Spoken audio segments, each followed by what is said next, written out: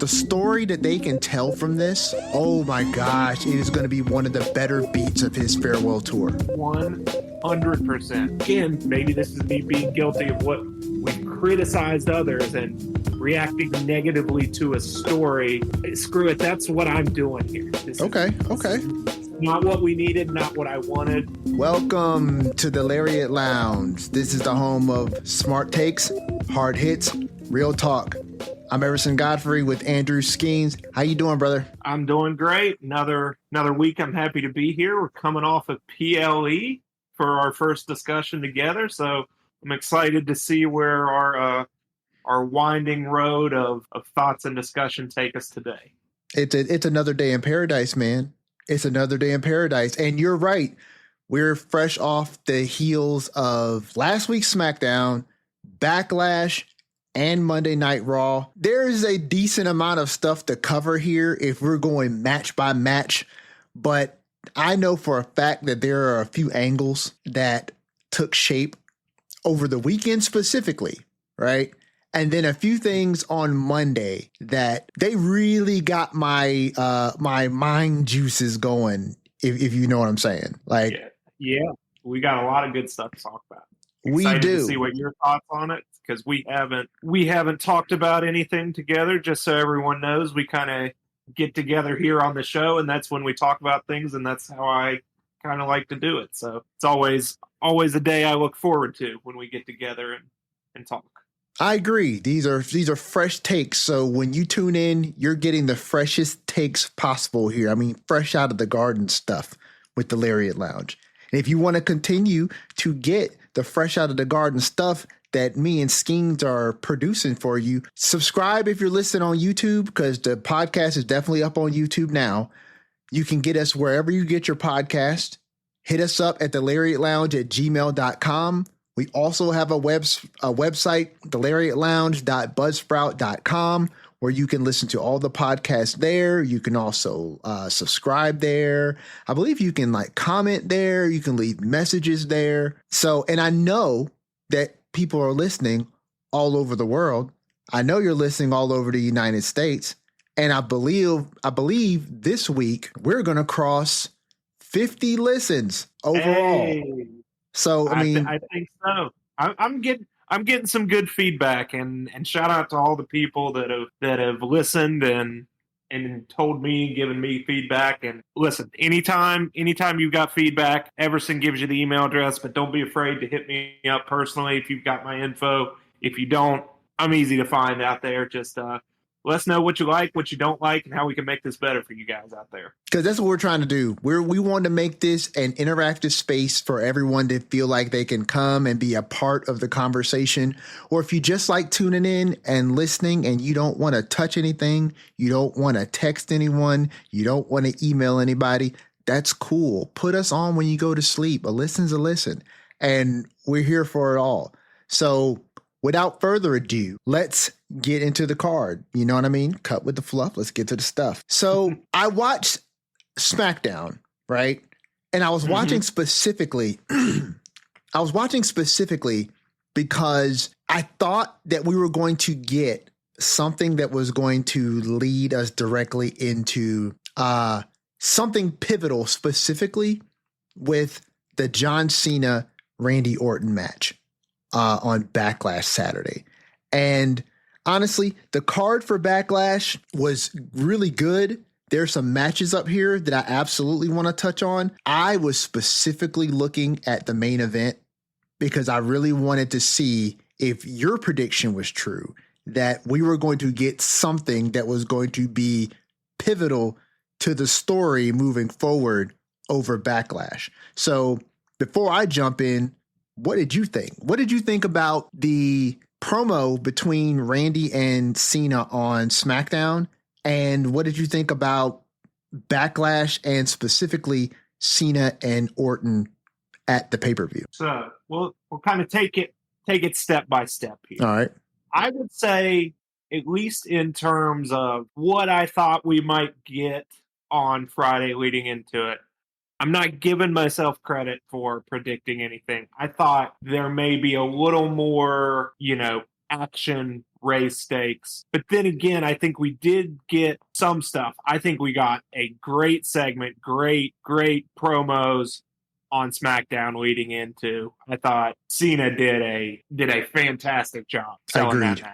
Agreed. And I think, and I'll circle back to it and what I thought about what we actually got. Now, the match we got on the event on Backlash, yeah, that was absolutely fantastic, at least in my eyes. I thought that was two of the best of all time, going at it, doing what they do best. And we love to talk about characters and about stories here, and I think that shined through in this match, even though, we may agree that this chapter of this story has not been the most fleshed out.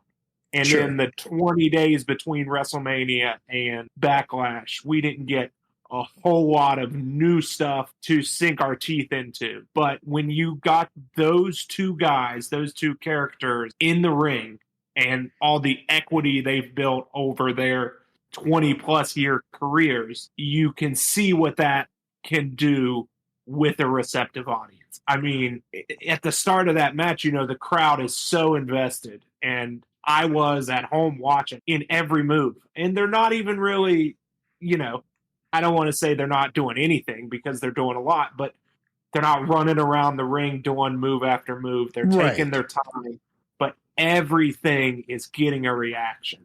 Right. And that comes from the years and years of investing in these characters and investing in these stories and building that equity with the audience. And when that kind of comes full circle, and we as fans, we've had this relationship with these characters and these performers for 2 decades, right? And to see it now, like it was just beautiful. And then they slow build, they crank that match up, they have so many false finishes, so many great moments, so many RKOs, trading moves back and forth. Them both doing. There's a spot where they both kind of knew each other's little comeback spot was coming and flipped it on each other. You got Orton giving out FUs, attitude adjustments, whatever we're calling it. Right. And I'll leave the finish and what we got there for you to dive into, because I want to hear your thoughts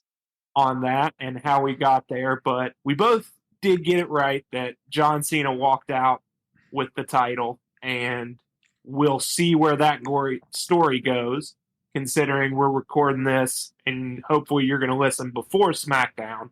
So we're not sure where this is going to go, but I think we've got a lot of interesting avenues we can take. But again, I thought that match was fantastic. That was well worth the price of admission I paid to NBC and Peacock, and I had a blast. So dude, I thought it was good too. I thought that the match was good too, right? So I stand by what I thought originally, right? And I didn't mean it in a negative sense when I said that this was kind of like a stopgap feud in order to like get to some of the bigger arcs of the story. I think what I got wrong was that bigger arc that we were going to get was literally going to come at the end of the match. And I, like you, I was enthralled in that match from beginning to end, right? I think Cena's heel work is incredible.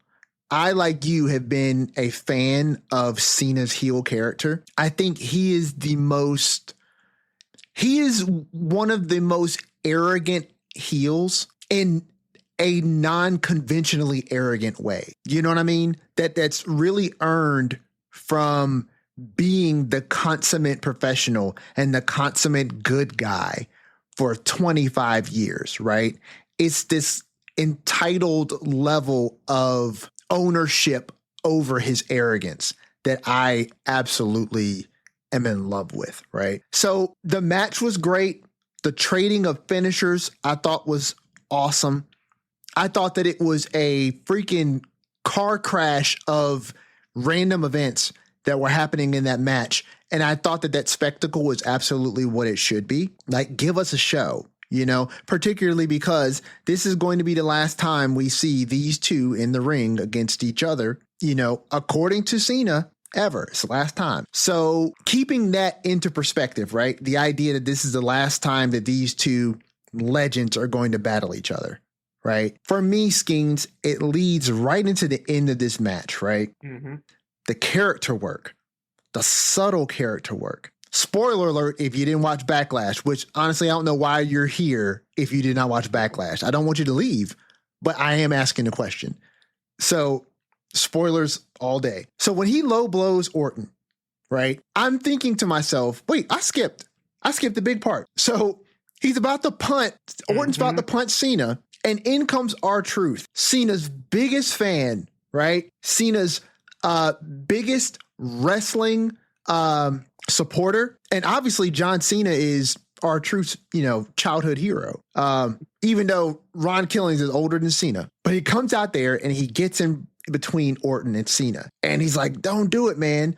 Orton RKO's R-Truth. Cena rolls behind, comes in with the low blow, right? He gets the pin after the referee just miraculously wakes up, because that's what they do, right? And he miraculously wakes up, gets into the ring, counts to 3. Cena gets out of the ring, and it's like the look he has on his face, right? It's one of those things that if you were at the arena watching the show, you wouldn't have seen that until you watched the pay-per-view back. Mm-hmm.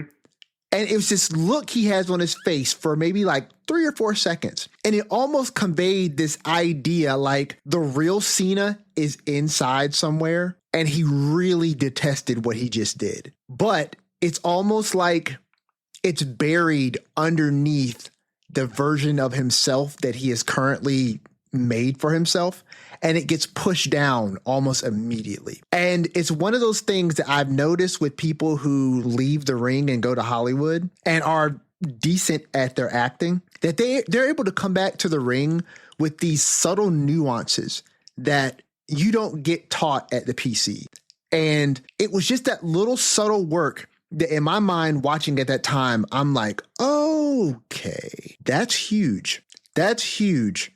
Because in my mind, it got me forecasting, right, on what could be coming down the pipe. So that moment alone for me, Skeens, was enough to make me stand up and applaud the match just for what it is it just gave us. Because that big story beat silences a lot of people, in my mind.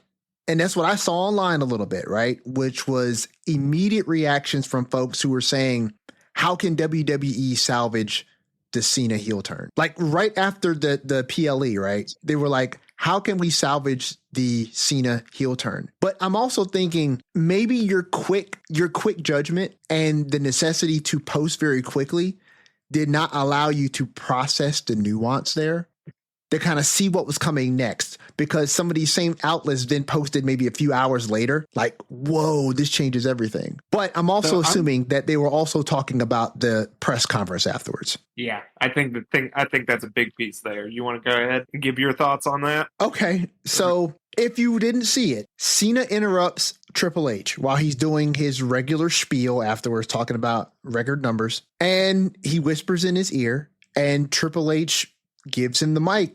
You know, when the champ comes out and wants to talk, you kind of give him the floor. So Cena comes out and he's got the somber face on, and he apologizes to all of the people in the room that he has not been treating the press very fairly.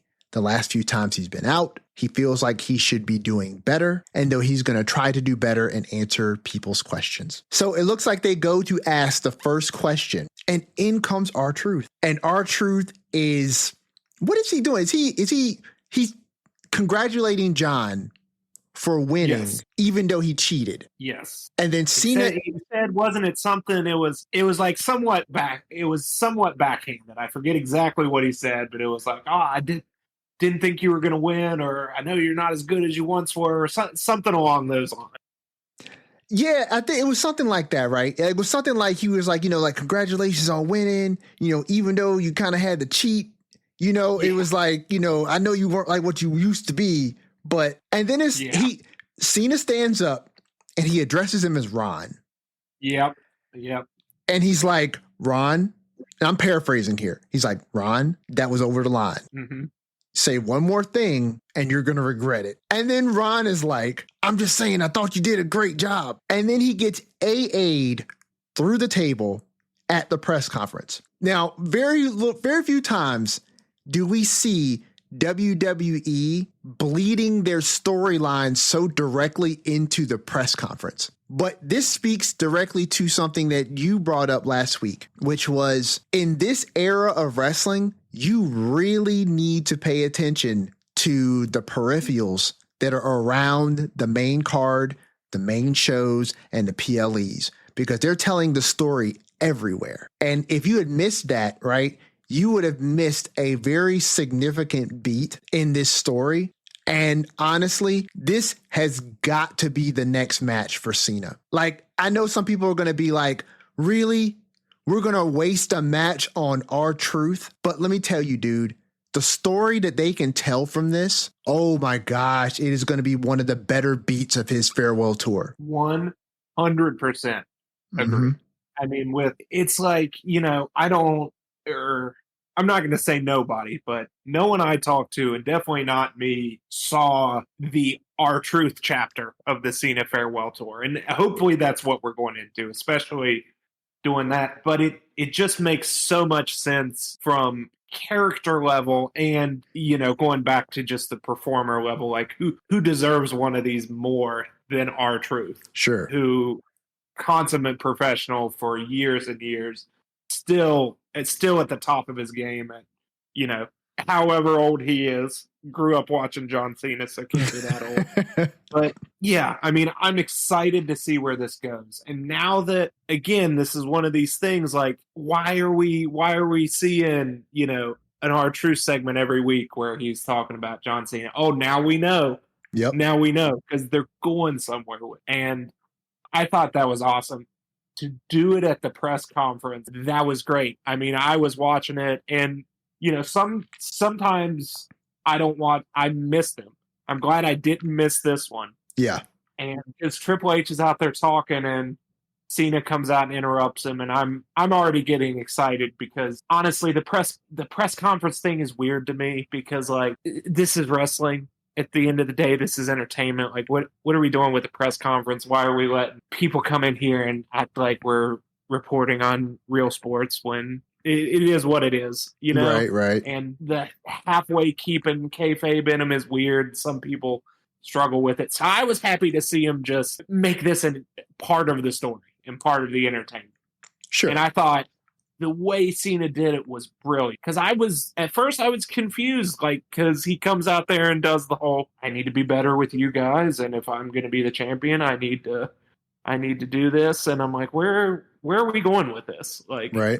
Where are we going? Because he's always played these press conferences well, because he knows how to bleed the story into the real answer, if there are even real answers you get from him. It's Right. probably not a lot. It's probably all serving the story, knowing how good he is. But this was just played so well. And like you, when he, like, it just, I don't know why, but it perks you up when he stands up, he goes, Ron.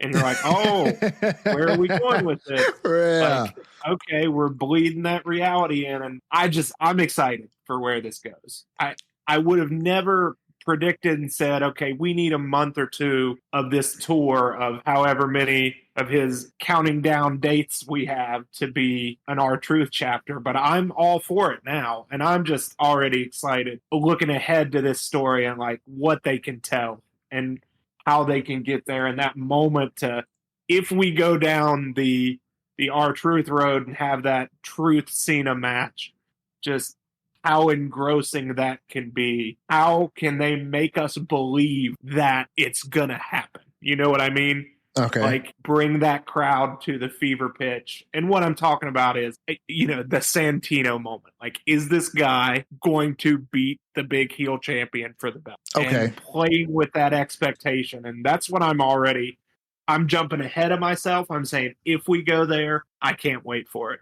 But I thought this was very masterfully done. And again, I don't think many people understood the story and where it was going, but now when you look back, it makes a lot more sense. No, Even I don't if disagree. The Orton chapter was kind of a stopgap, we got a fantastic match for what may probably be their last encounter in the ring, and then it bleeds into this other story. Right. And I think it's been good. Again, it's subverted my expectations.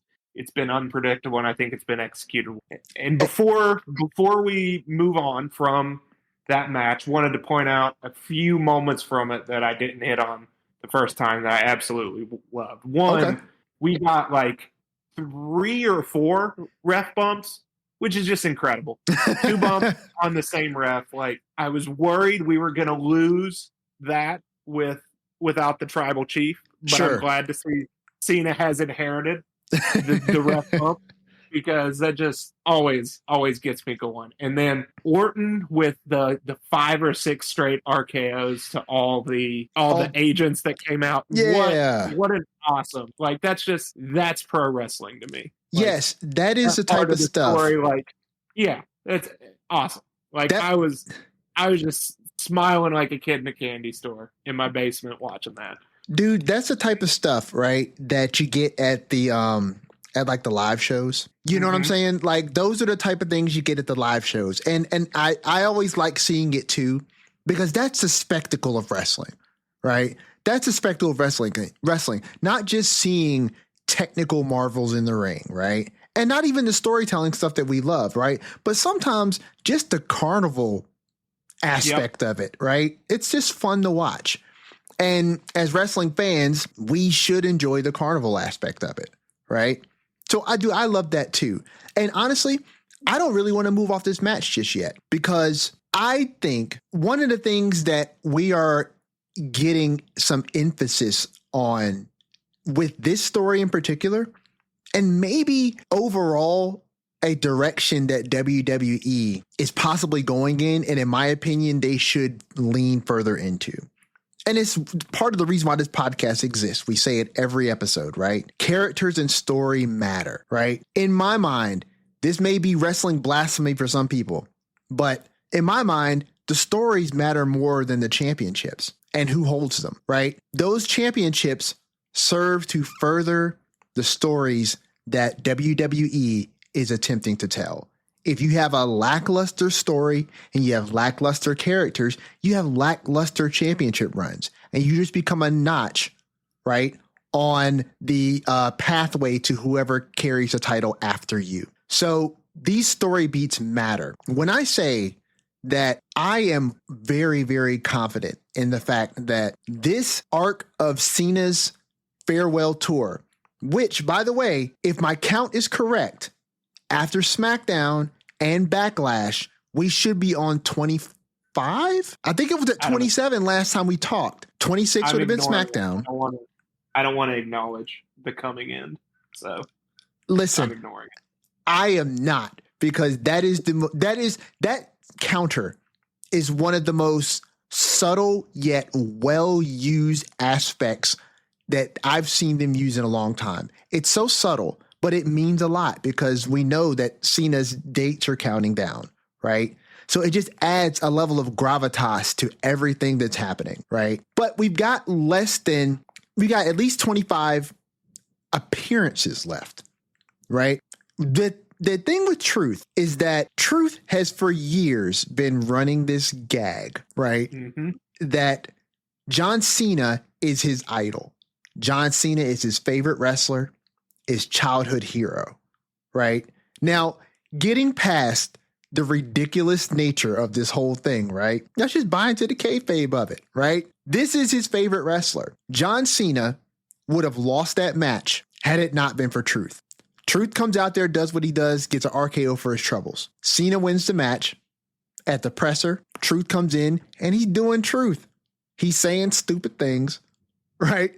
But it's in service of congratulating and glad-handing his childhood hero. Cena stands up, and yes, like we alluded to earlier, you and I both popped when he was like, Ron. When he said Ron, I was like, oh, okay, we're back in business now. Okay. And when he AA'd him, my thought, Skeener, was, okay, so what I would love to see, we get this, continue to see maybe a duality play out in Cena's mind, right? Associate his mind with the person who Cena is trying to be right now, which is the guy who pays everyone back for all of the hate he's received for the majority of his career, that he wants to ruin wrestling, he wants to take the title away with him, et cetera, right? Underneath all of that anger that he may be carrying, that sadness that he may have, the resentment that he may carry, there's still Cena at the heart of it, right? John, who actually feels all these feelings because he really loves professional wrestling. He really loves the fans. You know what I mean? And the lack of acceptance over the years has jaded him, right? And it's almost like we did a Star Wars reference last week, right? Mm-hmm. In a similar way, right? We see this in Vader towards the end of his years of life, right? Where it's like, yeah, he's Vader, but deep down in there, right? There is a very sad Anakin Skywalker, right? Who's very hurt and very lost. And he has nothing left in his mind, right? But to just lean further into the dark side because he's lost everything, right? I feel like this truth angle, one, is going to put Cena in a situation where he is going to get some extraordinary quality heat, right? If he runs down R-Truth. Like, I envision Truth maybe going the way that Truth has done with some other things in the past, right? Where maybe you've got some people talking the truth and it's like, hey man, that was kind of messed up what John did to you. And you know, Truth, he's like, nah, man, John must have, he must have just been having a bad night or something. Like, he didn't really mean it. And they're like, nah, dog, he absolutely meant what he did. Like, John's not a nice guy. And John's not going to be there every week, right? Mm-hmm. So let R-Truth get mad. It's like, hey, man, don't talk about my hero like that, And then he has matches with people, right? And he's getting angry on John's behalf, right? John shows up, Truth comes out, right? And he's like, John, I've been defending you against all these people because they've been talking all this stuff, man, saying this crazy stuff. Like, you don't like me. And you know what I'm saying? You meant to do what you did. And he's like, yeah, I did. I don't like you, Ron. And you just undress him in front of the fans, right? Get a real sympathy moment and have the fans really back him and have Truth sell it like he has absolutely been crushed by his childhood hero, right? It's another moment for Cena where he's walking away and you get a shot of him and like deep down, he's regretting what he's doing, right? Just like he regretted beating probably his greatest adversary, right, in his career with a low blow to retain the title, right? Almost leading to this idea that are these actions his own? You know what I'm saying? Like, The Rock is still in this story somehow. Are these actions Cena's own? Some of this is him, but maybe some of this is the influence of someone else. And he continually has these instances where he does these god-awful things, and then there's these little flickers of like him regretting it, that he's going to go out like this. I don't know. It's still like you're kind of alluding to now. There's still so many open ends, and I like that. There's still so many places we can go, we could go. Maybe we don't go, but as I've always said, let's enjoy the ride and what we get, because what we've gotten so far has been very entertaining for me. And the possibility and all the things you just discussed that may happen would be incredible. And I'm excited to see if they play out, and if they don't, what we get in their place. Oh, I don't disagree. I think it's going to be, I think that they, and by say they, I mean WWE. I feel like WWE and the writing team are doing a masterful job of telling a story that has layers and depth and nuance. And we are, I dare say we are in a renaissance period of storytelling within professional wrestling. And we should all sit back and really appreciate the quality of product that we're getting, because this level of storytelling, and honestly, the fact that is being told right now, this segment of WWE storytelling is being told off the back of the retirement of arguably the greatest professional wrestler to do it, right? It's something you're not going to be able to replicate again until maybe you get someone else like Randy retiring, or I don't know, some future Hall of Famer, maybe like a Roman Reigns. Because I mean, he's earned it at this point. You know what I mean? That title run is not going to be replicated anytime soon. And so the story that we're absolutely spoiled by what we're getting right now. Oh, we are. Absolutely. I hope everyone is enjoying it as much as I am. So listen, if there is one, it is I. I'm with you. And the storytelling is masterful, dude. It's absolutely masterful. So we roll off the back of Backlash into Monday Night Raw. Now, suffice it to say, and I got my match card printed out here, and Monday Night Raw, obviously the wrestling is great. I'm watching the matches. I'm enjoying them. I feel like, so a couple of things I want to touch on, right? I feel like Dominic Mysterio is absolutely going to get turned face. And I think that he's going to be the person to get ejected from the Judgment Day. I thought it was going to be Finn at first. Yeah, I'm with you. And what we got almost played out to, exactly what you were saying on last week's show, that the finish, and, we were both there. Judgment Day is going to get involved. And I'm talking about his match with Penta at Backlash. But right. The him and Finn is the crux of this, and I think you're right. I think Dom is at the point now where he's been so good and so entertaining that he's loved. Right. And it's going to be harder and harder to keep the cheers and the adoration of the crowd away. And I think at this point, like, the boos are almost like it's just the appreciation of what he's doing. Oh, for sure. Like you said, it's the contract, it's the part the fans play. It's right. We're booing you because, that's our role, and to do anything else would be disrespectful to the fantastic job you're doing. Right. I think people are ready to love Dominic and love that character, and I am too. And I'm excited to see how they do it. But then again, like I talked about, I've thought the Judgment Day was going to break up 10 or 12 times, and here we are. And we've lost Rhea and Damian, but they're still here. So I don't know. You tell me how you see it going.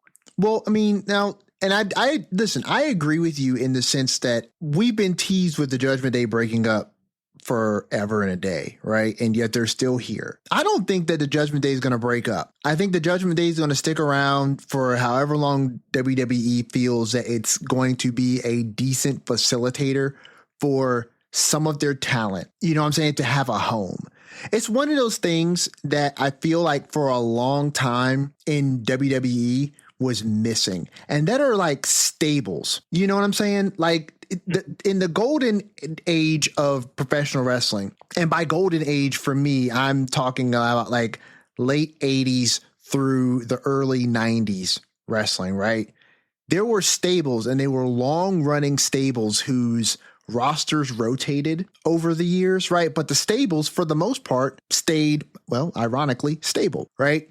I don't think that Judgment Day is going to disintegrate, more so that they're just going to rotate. And you're going to rotate people in and out of it and use the stable as a vehicle to push people, particularly people who need to have their shortcomings masked a bit until they can overcome those shortcomings. Right. So I think Dom is absolutely growing into a fan favorite, and he's not getting booed like that anymore. Not for real, even though he's doing heelish stuff. And Judgment Day is a heel faction, right? They're getting cheered for the most part. I mean, like, obviously, we as fans boo contractually when, like, Carlito and JD come out, and obviously the interference that happens in every Judgment Day match, right? But that's the role we're supposed to play. But Dominic himself is not getting booed nearly as much as he used to, right? And the fans, like you said, we love him. So initially, my thought was that, coming out of the Finn-Damian feud, that, well, Finn is going to be the next one to get kicked out, right? He's going to be the next one to get kicked out. But in retrospect, I look at that and I think for as good as Finn is, and this is taking nothing away from Finn Balor as a wrestler, Finn Balor as a character, because I think all of that stuff is spot on. I think his character work is great. He just does not currently have the pro wrestling fan zeitgeist in the palm of his hand right now. It's just not his right now. And I think because of that, he would stand to lose more being out of Judgment Day than somebody right now like Dom, who has never really been on his own. He was with his dad first, then he was with the Judgment Day, right? And he's been with the Judgment Day ever since. And I think that that was good because there was a lot of maturation that needed to happen with Dom on screen to facilitate the pro wrestler that he is, right? And for him to develop more of his character in a way that resonated with the fans, the way that he was trying to portray it, right? So I think that obviously from that standpoint, Dom should be the one who gets kicked out of Judgment Day, right? But then if you're watching the show and you're paying attention, right, WWE is doing a lot of things right now with regards to the production of their programming. One of the things that I love that WWE does right now is that they tell stories within stories within stories, right? If you watch in the background of the Judgment Day segment, right, or one of the sub-Judgment Day segments, you see Finn in the background talking to Roxanne Perez. Now, correct me if I'm wrong, but at one point, right before Rhea and Damian were kicked out of the Judgment Day, we saw Finn doing this same thing with Liv. Liv and Rhea were beefing at the time, right? Then all of a sudden we get the Dom Liv segment at what was that, SummerSlam? I believe. Yes. I believe that was SummerSlam. The big payoff for that. So we had that big payoff, right? And that was essentially Rhea getting booted out of the Judgment Day and being replaced with Liv, right? So now we see Roxanne in the background of this one shot. I can't remember which one it was, but it was Finn talking to Roxanne. So what does that mean, right? Well, we can speculate a whole bunch of things, but what I'm thinking is they've been teasing the idea of a new member coming into the Judgment Day, right? And Dom has been floating all the ideas and Finn's been shooting all of them down, right? But the last time Finn was talking to somebody, we got a new member of the Judgment Day. So I think these two things go hand in glove. Dom needs an experience where he's out on his own for the fans to really get behind him. One of the ways you silence the rest of the people who may boo him is to give him some sympathy. How do you do that? Get him kicked out of the Judgment Day by Finn, right? All the people who were on Dominic's side in the Judgment Day that are his friends, let them be the Jimmy Uso to Dom's Sami Zayn in the bloodline, right? They got the cool handshake and everybody's mad cool until Roman gives the order, right? Or Sami, backstabs Roman. Jimmy's the first one to throw the first super kick, right? And we garner all this sympathy for Sami, right? Now, obviously, we were building the story that way with Sami. In this one, it can come out of nowhere, right? All of a sudden, you see Finn give the thumbs down, and the first person to throw the first punch is like JD. You know what I mean? Kick him out. Mm-hmm. In comes Roxanne, right? I don't think Liv is going to be too long away from wrestling. I feel like from what they said on the show, right, Liv should be coming back soon. I think her filming for the movie that she's in is almost wrapping up. So where does that leave her and Dom, you know what I mean, when they come back? Maybe she'll leave with Dom. Maybe, what's her face?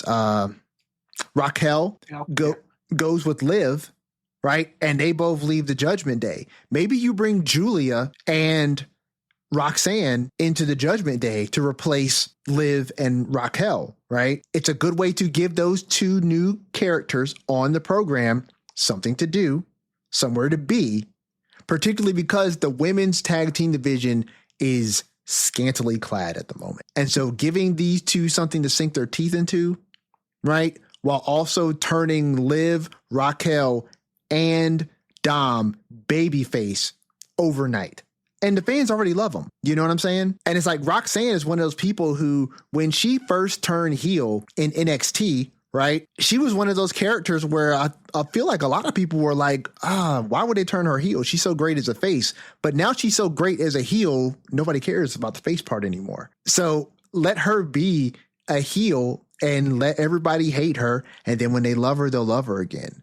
But that's what I'm thinking. I think that Dom is poised for a real babyface push. And it seems like WWE is dropping these breadcrumbs for us to follow if we're paying close enough attention. I'm with you too. I don't know. I would be interested to see if Dom parts ways where Liv does fit in that equation, and I guess where Raquel does too. I mean, it's interesting. I hadn't thought that was coming yet. However, I can see it happening. They're definitely letting Dom transition to kind of seeing seeing the temperature of the waters for a Dom face run is. But I think he's got a good IC title run here in the future. I thought to go back and take it back to Backlash, really enjoyed the him and Penta match. It was exactly what I thought it would be, just fun. Again, Penta is just must see for not just in-ring work for me, but how he plays that character and how he carries himself and just how he moves and that aura. Like, he's just that's a star. That's a guy that comes on your TV and you're like, I want to see more of that. I'm glad he's been presented as such from day one, and he doesn't have to win every match. And no, I get that some may be frustrated that he doesn't have a title yet or whatever, but he's getting the exposure and people are responding to him, and I think that bodes well. Excited to see where they go with him, excited to see where this Dom stuff goes, and just another one of those great things. And it's just kind of the Judgment Day through line of the show that's been kind of weaved in and out of everything for a couple years now on Raw, it seems like. And your idea of kind of rotating people in and out, I personally hadn't thought of that before, but that honestly kind of seems like what they're doing now that you bring that up, and I see that it is a home for some people that, like you said, may not have another place, but you get the name value of the Judgment Day. Yeah. Even if you're just on TV in the background playing 2K in the Judgment Day clubhouse. Right. You're at least doing something. You're associated with people that are going to have stories. And I'm not thinking too far ahead with the Judgment Day, but everything so far has been good no matter where they are on the card. If it's a major story, if it's a minor story that they're kind of weaved into, it's been very solid all the time. So no, I agree. I'm excited to see that continue. I agree. And I think you're right about Penta. I think WWE does something, in my opinion, they do something really good with people who have a lot of potential to be really big stars for the company. And for some, I can understand how not strapping the rocket to them immediately seems counterintuitive, right? But, the candles that burn the brightest tend to burn out the quickest. Exactly. And it's like, if you take someone like Penta, who is really good, really captivating, all the things that you said, and he wins every single match, dude, you're going to John Cena him so quick. Fans are fickle.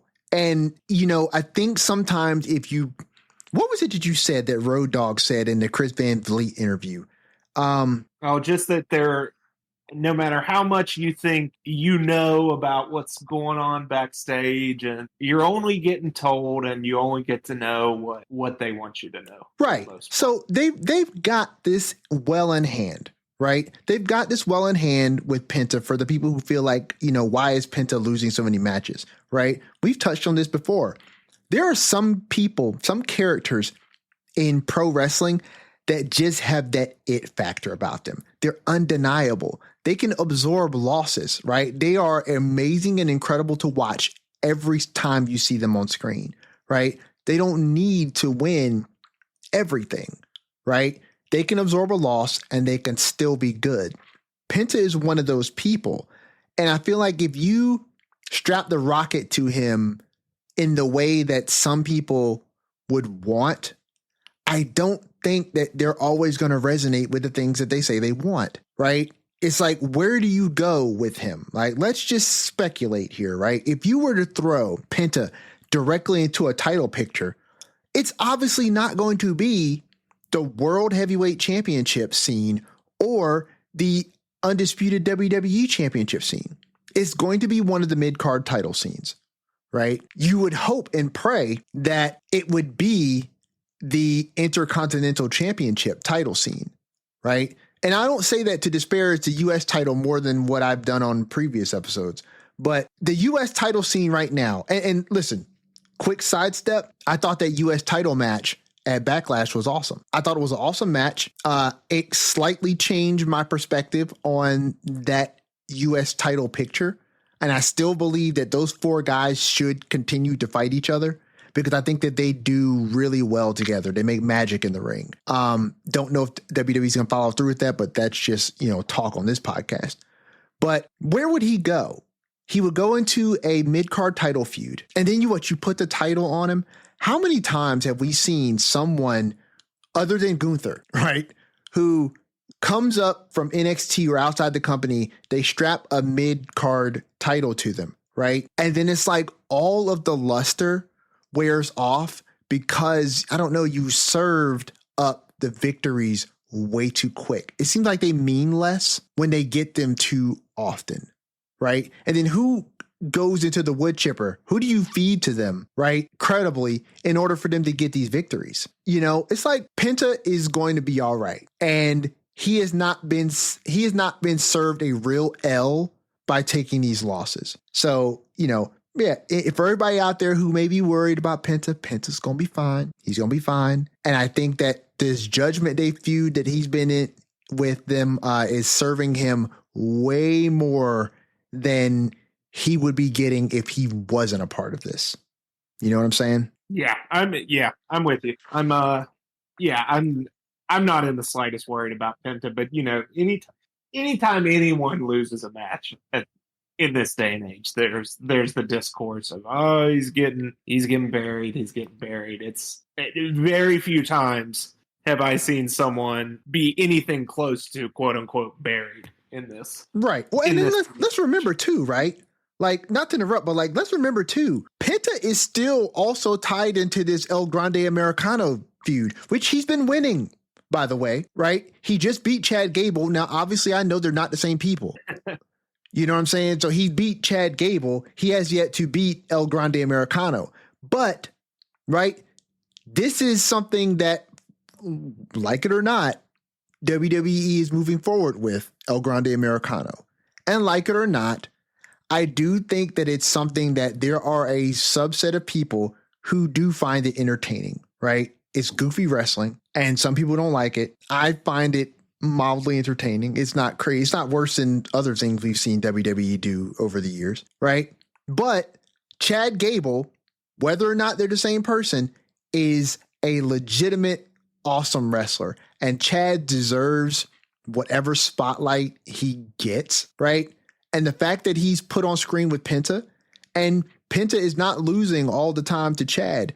I mean, obviously, this kind of storytelling is not something that we used to get in WWE, this multi-layered storytelling where you've got a character like a Penta who is currently embroiled in two significantly different storylines at the same time. You know what I mean? Yeah, and we've talked about that as kind of how, in this new day and age, things weave in and out of characters, weave in and out of multiple stories at one time. And they're the main character. Every character can be the main character in their own story. Right. But everyone is making cameos in everyone else's story. And that's kind of what makes it fun in this day and age. It's not, just these four people are involved in this story, so only they are going to enter for the next month or two. Right. Which sometimes in the past it would be that way. And it's just not that now. And that's another thing I think we're spoiled on.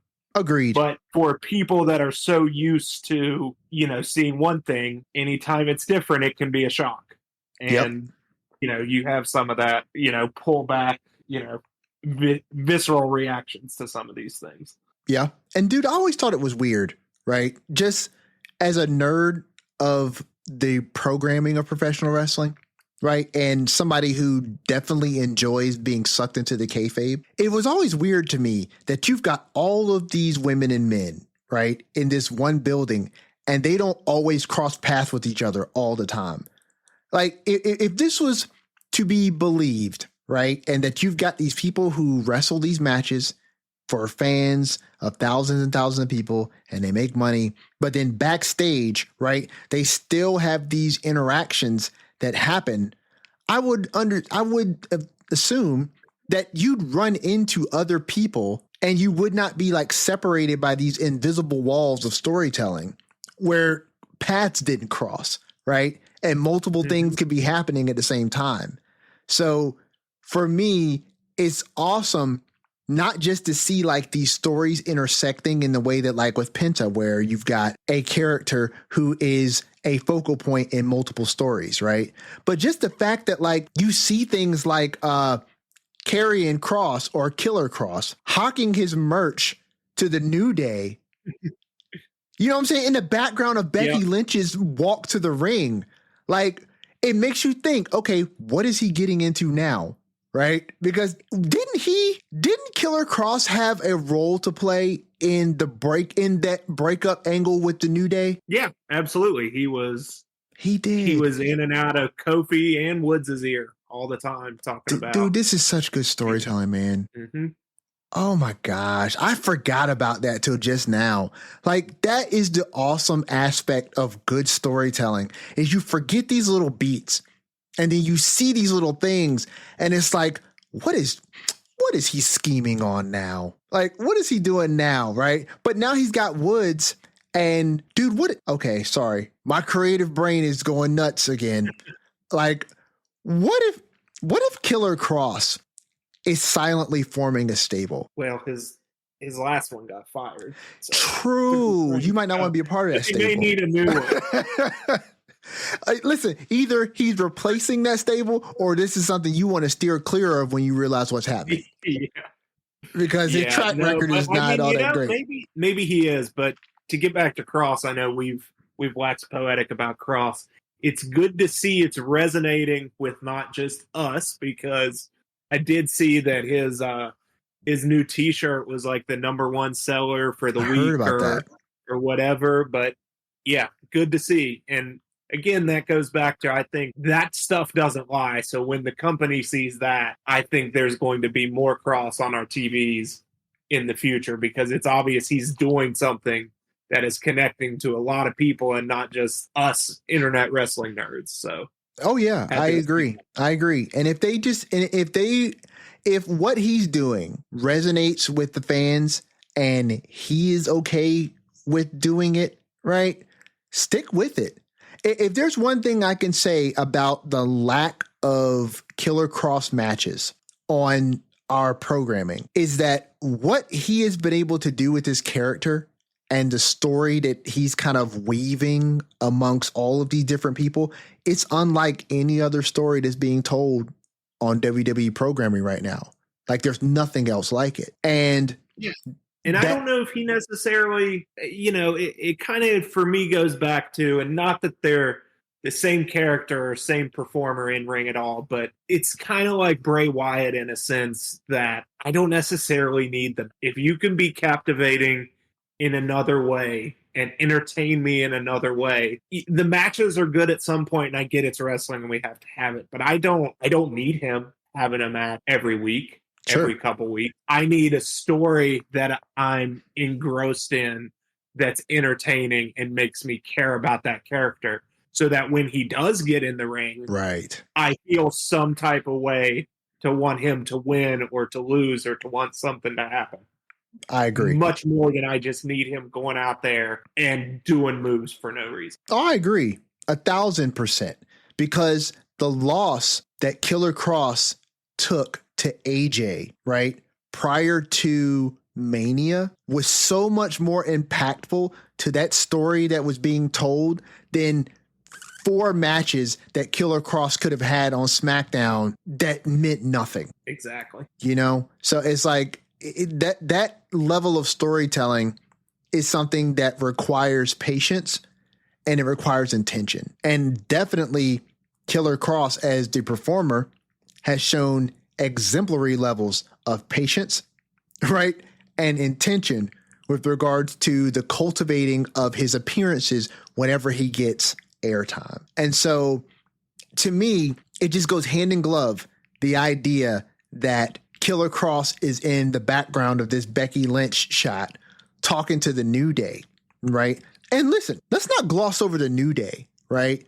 They, like Killer Cross, are not getting a lot of matches on television. Sometimes I feel like this is a good thing, particularly when you've got champions involved, not having the champions wrestling matches all the time. They need to have title defenses, right? But seeing the champions in competition should be something, at least with how wrestling hierarchy works, right? It should be a treat to the fans to see the champ, or the champs in this case, in action, right? But how are you feeling that time? Dude, Kofi and Woods, when we talk about character work and kayfabe development, these dudes are masters at this. Like, them on commentary, bro, I was paying more attention to them ragging on Michael Cole and Pat McAfee than I was the match with American Made and the War Raiders. Can't say I was any different. And I like those teams. I really like the War Raiders. But you're right, Kofi and Woods, and I think this heel turn has been great. It hasn't been the main focus of any shows, but again, that's not their role at this time. And what they're doing is they're maximizing every bit of they've changed up these personas. And I mean, these guys are just, maybe it's not a very descriptive word, but just total pro. Like, they're so good at what they do. There's a reason all their colleagues and everyone's that works with them speak so glowingly, because they're good at being pro wrestlers, and they've done a great job here. It's been entertaining.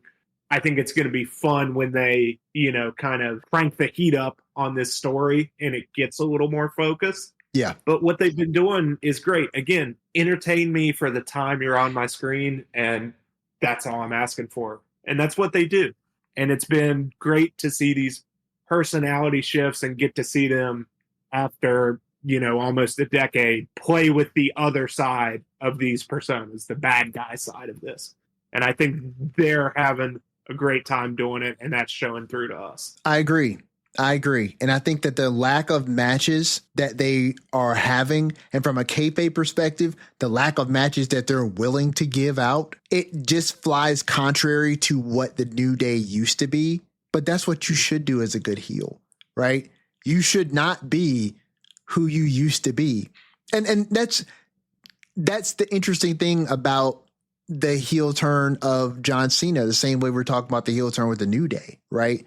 It should counteract what you expect from the performer or performers that are doing the heel turn, right? The New Day used to wrestle all the time. And it's like, now they're the champs, they're these heel champs. And it's like, they're pitting other teams against each other over and over and over again, right? Without the intention of really trying to actually fight any of them, right? Until they really want to. And honestly, dude, like you said, the way that they're maximizing their time that they get on air is excellent. And Kofi Kingston and Xavier Woods, in my opinion, are some of the most underrated talkers that wrestling has on the main roster. They're just quick with it. You know what I mean? Mm-hmm. It's like they're just quick with the responses, and they very seldomly get caught off guard with things.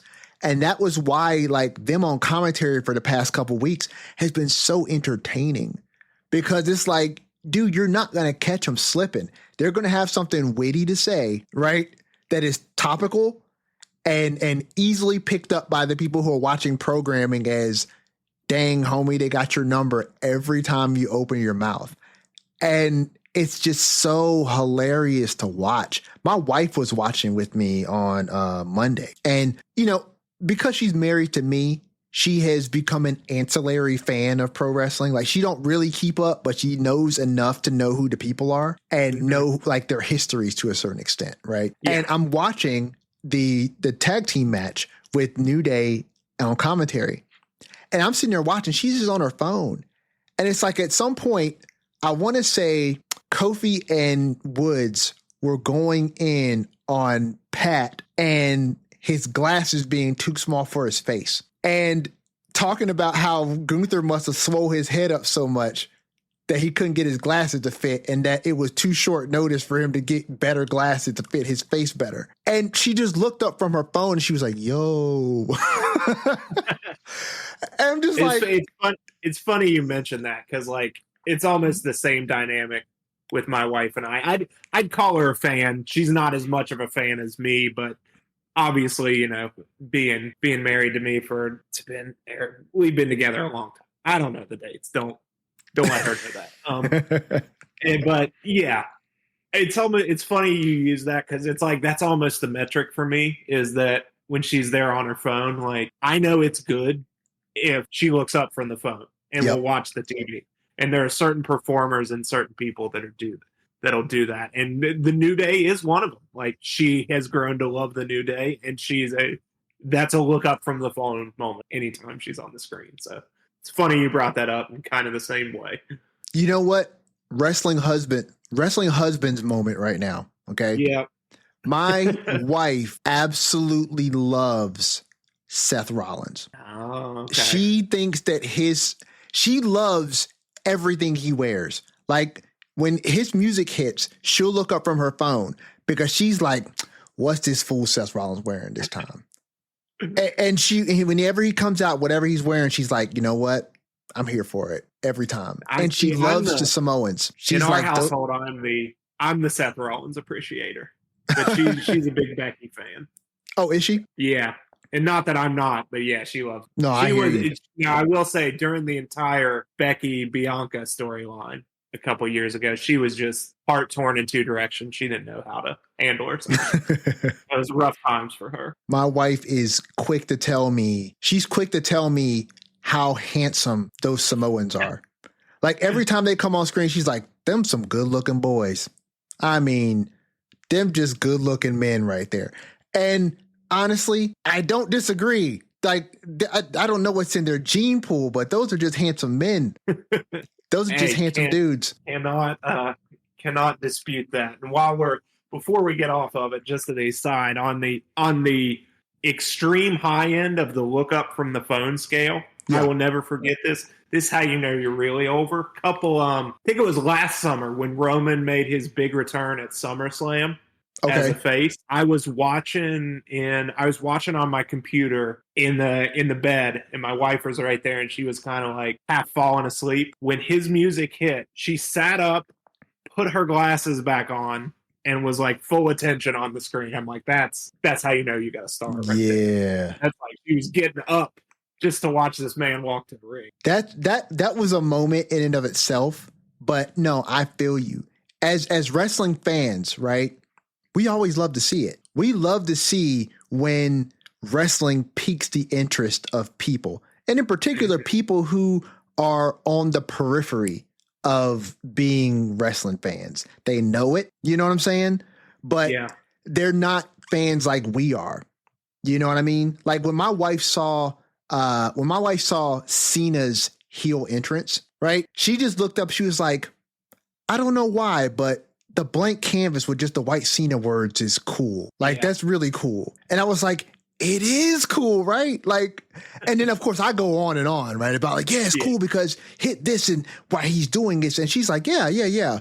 But it's just cool. And as wrestling fans, we remember when wrestling was not cool. Oh, yeah. You know what I'm saying? Like to tell someone that you were a grown man and a wrestling fan was not the cool thing to say or do. Oh, I remember when my wife and I were like first dating. It was like when I told her, it was like this big confession I had to work myself on dating.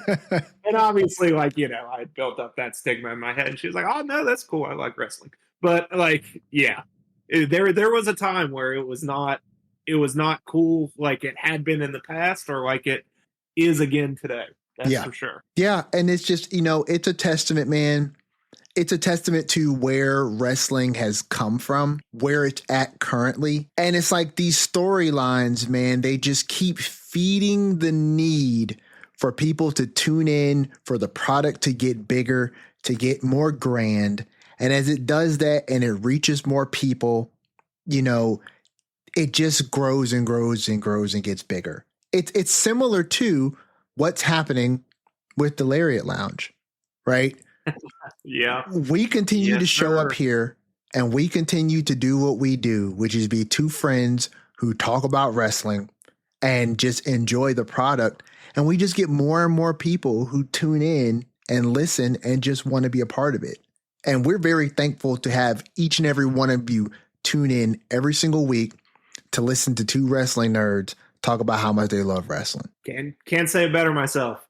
Look, we're at the end of the day, we're just two fans coming on here, talking to each other, having an outlet to get our thoughts out. And that's what we want to make it for you all too. So again, like I said before, please don't hesitate to reach out, to talk wrestling, tell us what you liked, didn't like, all that good stuff. We're always open to do it.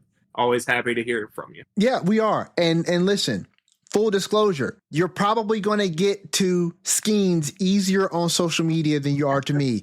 Full disclosure, I'm not up there a whole lot, right? But if you shoot an email over, I'll respond. I haven't found and connected with Everson on all social media, so don't feel bad if you at home can't either.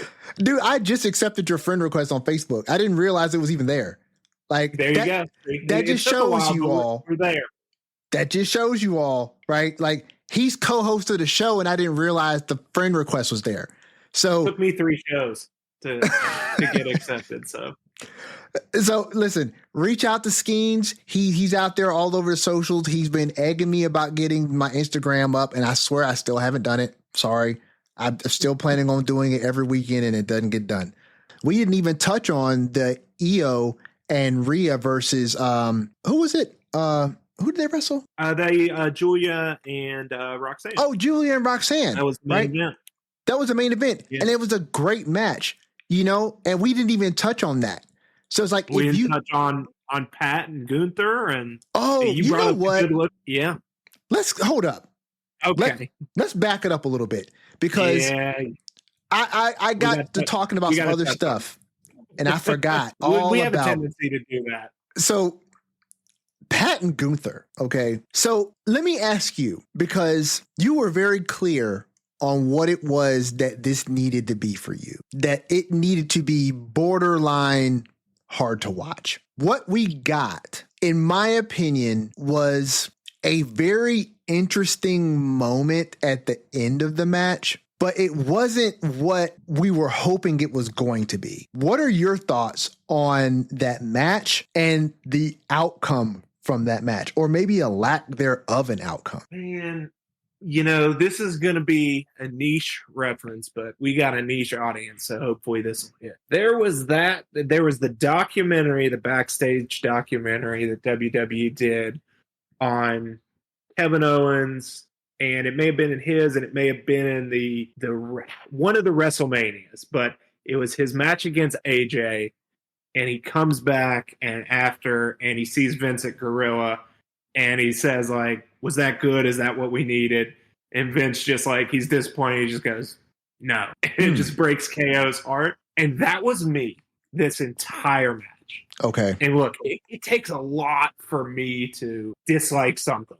It really does, because this is something I enjoy so much. And I try so much to be like, look, I enjoy this. Like, don't ruin it for yourself. But this it didn't hit for me. It didn't hit the right things. I think I understand the story they told, but that's just not the story I wanted to see, which was, I guess, I thought this was going to be more about Gunther showing how dominant and ruthless he can be. Yeah. But this was more about hey, don't overlook this. Oh, don't overlook the commentator. Pat's tough. He can do this and earn Gunther's respect, and the stand up to the bully storyline. Which, look, that's fine. That's not what. And again, maybe this is me being guilty of what we've criticized others and reacting negatively to a story, not because it's not good, but because it's not what you wanted. But screw it, that's what I'm doing here. This Okay. is not what we needed, not what I wanted. I think it kind of, it didn't sit right. It left Gunther in a weird spot, showing Pat McAfee respect after the match. And I get it. Like, it's not like Pat was never in danger of beating him, and Gunther Sure. showed that. He was kicking out at one, but like, just the little things, and maybe it's the wrestling nerd in me. Like, did he need to fight that long in the sleeper? Like, I did agree. he need that much offense? And then, like, on Monday, you go straight into, like, here's Gunther talking to Jay again. Right. So, like, was Pat in a number one contenders match and he didn't know? Again, it takes a lot to work me up, but this one worked me up, and not in a good way. Dude, I understand. And, I get that there is a desire on the Lariat Lounge for us to give our honest takes. And we appreciate the fact that we have a stance on professional wrestling that is very appreciative, and we acknowledge the product that we get and the joy that it brings us, right? But honesty is a part of the integrity of this podcast that I, for one, and I know you do as well, we have to uphold. Mm-hmm.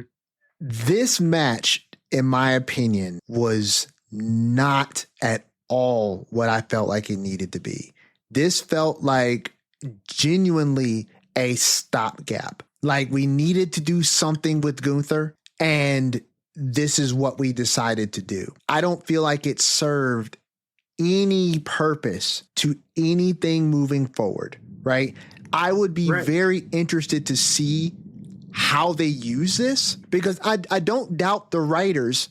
And like we said before, maybe it's something that I don't see yet. I can acknowledge the fact that I am no oracle and that I cannot see the future, right? So I can only speak from the position that I'm currently in. Right. So let's look at the match. Gunther promised a royal beatdown, which we did not get. Right. His assault of McAfee and Cole after WrestleMania was worse than the beating that he gave Pat in a sanctioned match. It wasn't even close. Right. Mm-hmm. I think Pat got way too much offense in. Way too much. Like, it should not have been close. And I'm going to tell you this. As a consummate Jey Uso fan, right? I am in no way comparing Pat McAfee and Jey Uso right now. So I don't want anybody who's listening to think that what I'm about to say is me comparing them as if they are on the same level. But what I am speaking to is possibly the psychology of a Jey Uso hater, right? Why did Pat McAfee last almost as long as Jey Uso does in matches against Gunther? Why is Pat getting just as much offense as an actual professional wrestler does against the ring general, somebody who you've been building up as really an unstoppable force? And everything that we did to make Jey, in the multiple bouts that he had against Gunther, right? Having to work his way up to being able to beat Gunther at WrestleMania for the championship, right? Pat came, this close on Backlash? And the dude doesn't even wrestle. Like, I've seen many celebrity matches in my day, right, that are played up for the yucks, right? And that's fine. They are what they are. And I've seen the celebrity wrestler matches, right, where the celebrity wrestler, it gets in good offense because that's what the match was. I think about Bad Bunny, for instance, right? Awesome match.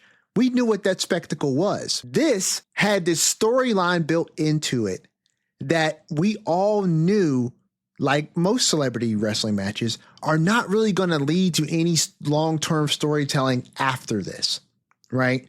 So in my mind, just like what we talked about, this should have served to reestablish Gunther in his ferocity and dominance, right? Because we already accepted he's a dominant wrestler in the ring, right?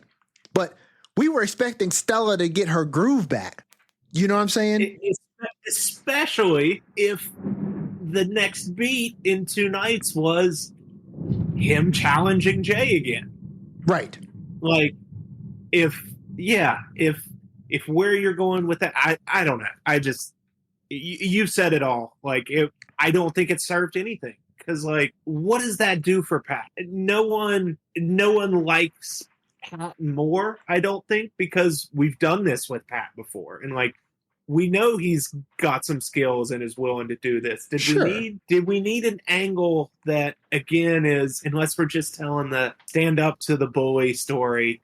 But then how does that even work? Because he'd lost. Stand up to your bully, and I don't know. If I keep talking, I'm going to get more upset. So no, I mean, and listen, we didn't, like you said, we then turn around to have Gunther go right back to the bullying-ish behavior with Jay.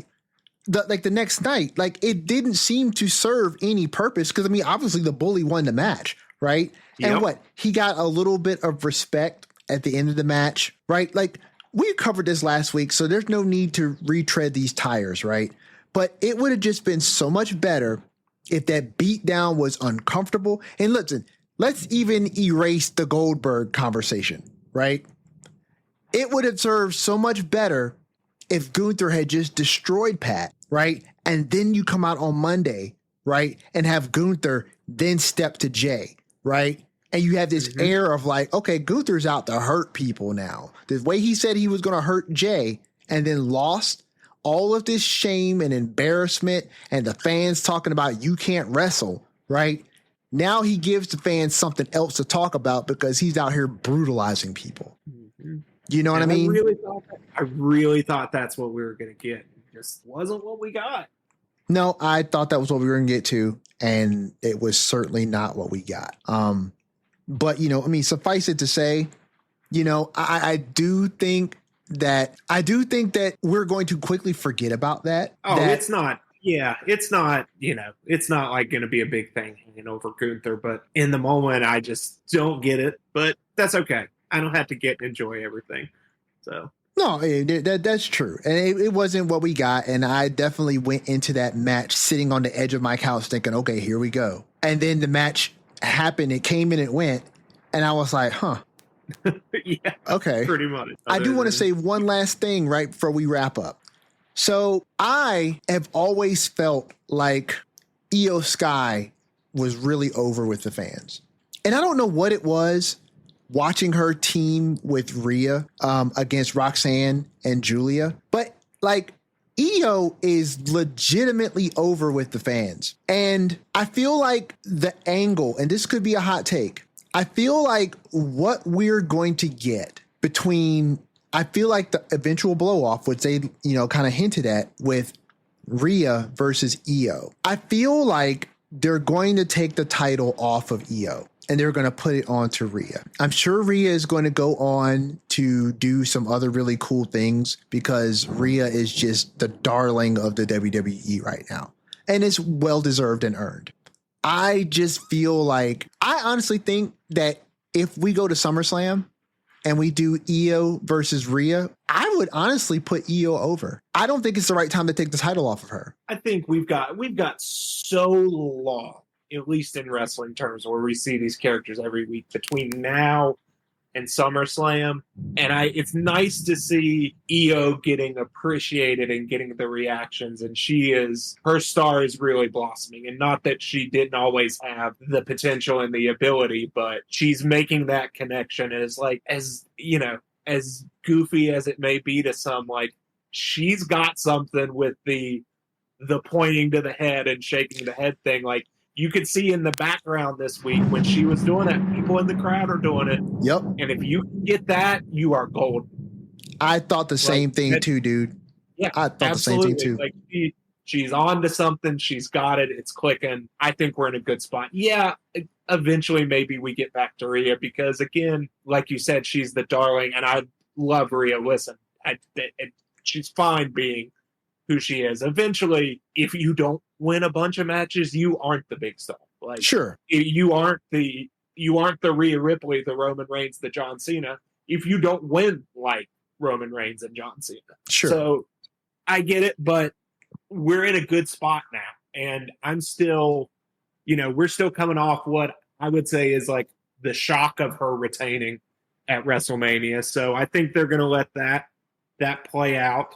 I want to see where they go with Roxanne and Julia, because I was taken aback that they kind of lost this match with not a lot of, to use the term, they just lost it clean. I mean, but that's okay. Not everyone has to come on the main roster and go on the run of dominance. Like, Right. you can assimilate into the stories the other way. So I'm excited to see where they go with that, and if that's the end of their chapter with Rhea and Io. And like you said, do they go into the Judgment Day? Does Right. something else happen? How do they intertwine with maybe Becky, Lyra when Bayley comes back? All this Right. stuff that we talk about being so open-ended, I think is at a really good spot, because you can move in and out of stories and you're not locked into one story, and I'm going to interact with this character for 2 months and then I'm done with them and then I'll move on to someone else. Right. And we're in a good spot there. So I know we got off the topic of just Io there, but I think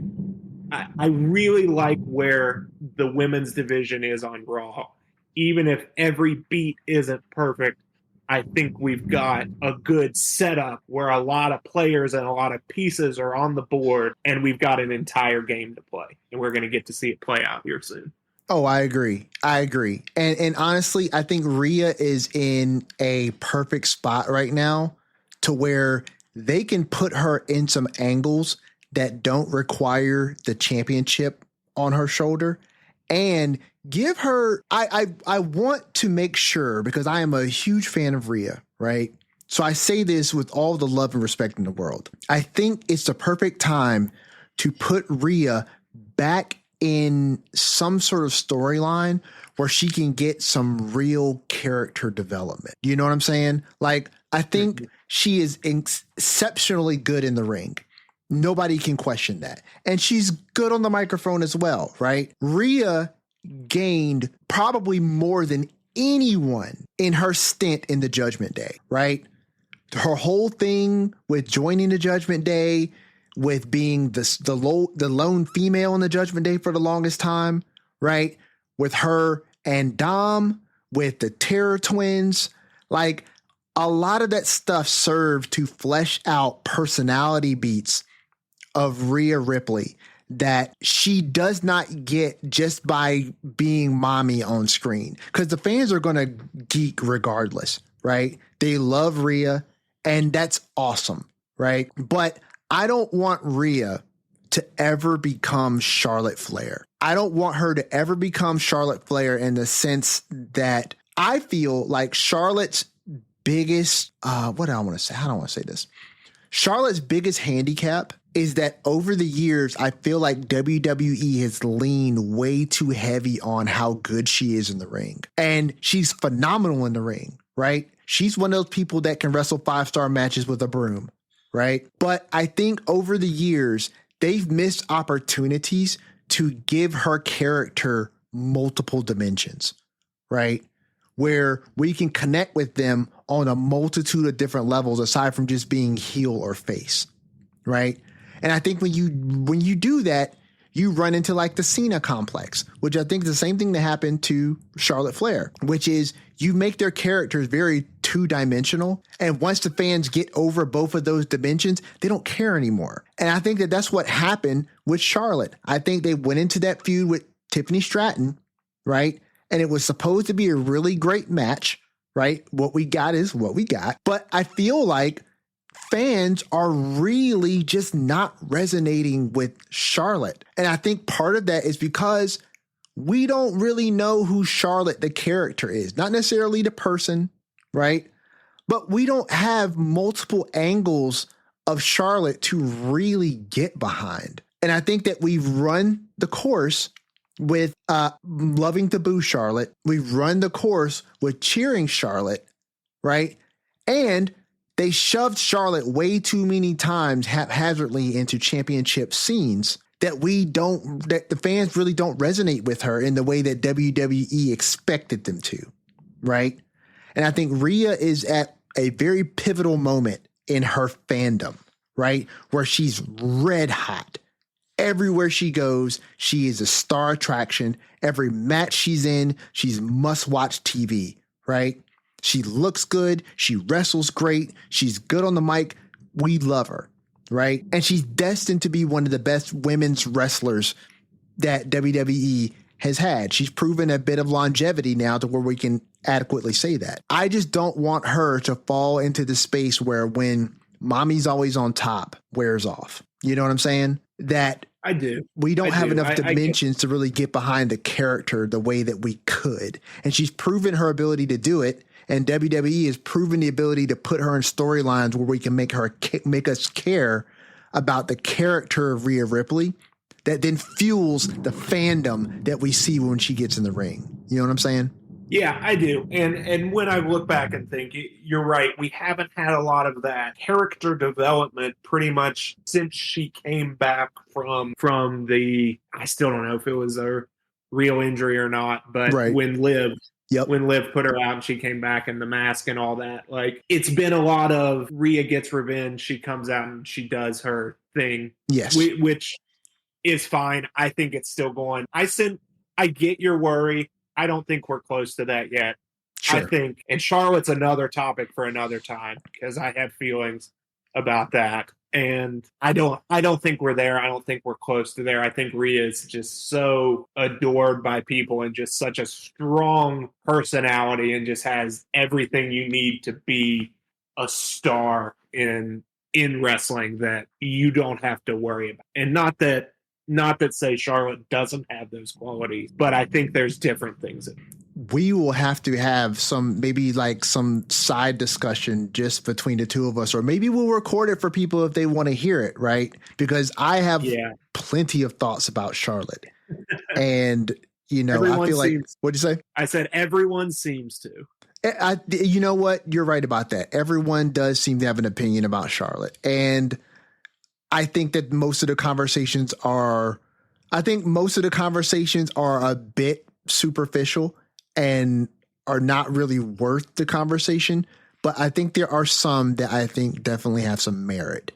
And I feel like knowing who you are with regards to your perception of pro wrestling and the way that I engage with pro wrestling, I feel like our opinions, whether they are alike or different, will be measured and balanced based off of a real love and appreciation for not just pro wrestling, but for the people who make pro wrestling great. That includes Charlotte. So maybe that will be something that we discuss, and maybe we'll record an episode of the Lariat Lounge for people to listen to. Yeah, I'm down for it. I'm down. But listen, guys, we appreciate you all coming. We're going to wrap this up. As you've learned in this episode, we are both married men and we have wives who are probably wanting to look at our faces.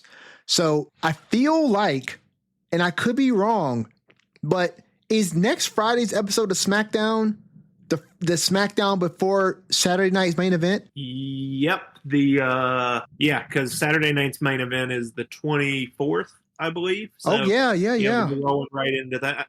Ooh, we'll be right back on the heels of another pre-PLE episode of the Lariat Lounge. So you'll get our predictions, what we think's going to happen, and then tune in the following week where you'll get another episode just like this, where we're diving into all of the results, all of our thoughts coming off of the PLE. And that PLE, in my opinion, has got some real matches that can have some real outcomes that will be interesting to talk about moving forward. So on behalf of myself and my co-host Andrew Skeens, we appreciate you all coming through. Come back and check us out at the Lariat Lounge. Please watch yourself on the way out.